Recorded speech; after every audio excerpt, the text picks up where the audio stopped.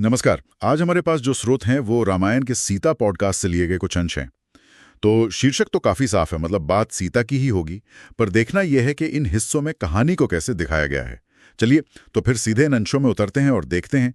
हमारा मकसद है कि इन हिस्सों से जो मुख्य बातें निकल रही हैं उन्हें समझें और देखें कि ये रामायण की जो कहानी हम जानते हैं उस पर कोई नई रोशनी डालते हैं या नहीं। तो पहली चीज जो मुझे इन अंशों में दिखी वो है सीता के जो डायलॉग्स हैं और उनके मन में क्या चल रहा था उस पर ज्यादा जोर है। हाँ। अक्सर हम कहानियों में देखते हैं कि भाई घटनाएं क्या हुई बाहर से, पर यहां ऐसा लग रहा है कि कोशिश सीता के अंदर के अनुभव को पकड़ने की है। बिल्कुल सही कहा। जैसे वो अशोक वाटिका वाला एक हिस्सा है, उसमें घटनाओं के वर्णन से ज्यादा सीता की जो निराशा थी, उम्मीद थी और जो उनकी हिम्मत थी, उन मिले जुले भावों पर फोकस ज्यादा है। हाँ, ये बहुत अच्छा पॉइंट है। ये अंश सिर्फ कहानी रिपीट नहीं कर रहे हैं, बल्कि वो सीता के किरदार को एक एक मानवीय गहराई, एक ह्यूमन टच देने की कोशिश कर रहे हैं। एक जगह जैसे वर्णन है कि कैसे वो रावण के जो प्रलोभन थे उनका सामना करते हुए सिर्फ डर या दुख नहीं दिखाती, बल्कि एक तरह का आप कह सकती हैं दिमागी तौर पर विरोध भी करती हैं। वो सोच समझकर जवाब देती हैं। अच्छा। तो वो सिर्फ एक किडनैप हुई विक्टिम नहीं लगती,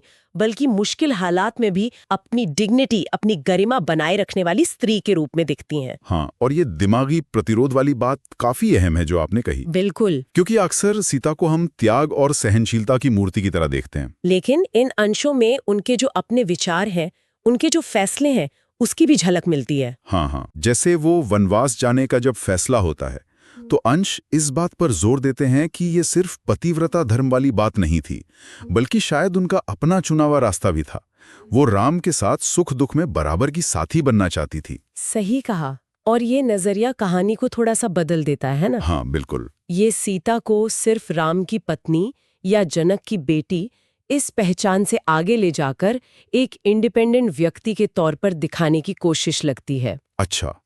इन अंशों में एक और खास बात मुझे लगी, वो है सीता और दूसरी जो महिला पात्र हैं, जैसे त्रिजटा या अनसुईया, उनके बीच के जो रिश्ते हैं उनको दिखाना। ये बातचीत सिर्फ कहानी को आगे बढ़ाने के लिए नहीं है, बल्कि ऐसा लगता है कि उस समय के समाज में औरतों का आपसी सहारा कैसा था, उनकी अपनी दुनिया कैसी थी, उसकी एक झलक देने वाली लगती है ये बातें। ये तो काफी रोचक है। तो मतलब ऐसा लग रहा है कि ये पॉडकास्ट के जो अंश हैं वो पारंपरिक कहानी से थोड़ा हटकर हैं। हाँ। सीता के व्यक्तिगत अनुभव, उनकी जो मेंटल स्ट्रेंथ है और उनके जो आपसी रिश्ते हैं उन पर ज्यादा ध्यान दे रहे हैं। बिल्कुल। ये रामायण को एक अलग, ज्यादा पर्सनल नजरिए से देखने की कोशिश है। हाँ, और मुझे लगता है यही इन अंशों का मुख्य सार है। कहानी वही है, पात्र वही है, लेकिन देखने का चश्मा बदल गया है। फोकस जो है वो बाहरी घटनाओं से हटकर जो मुख्य महिला पात्र है उसके अंदर की दुनिया और उसके फैसलों पर आ गया है।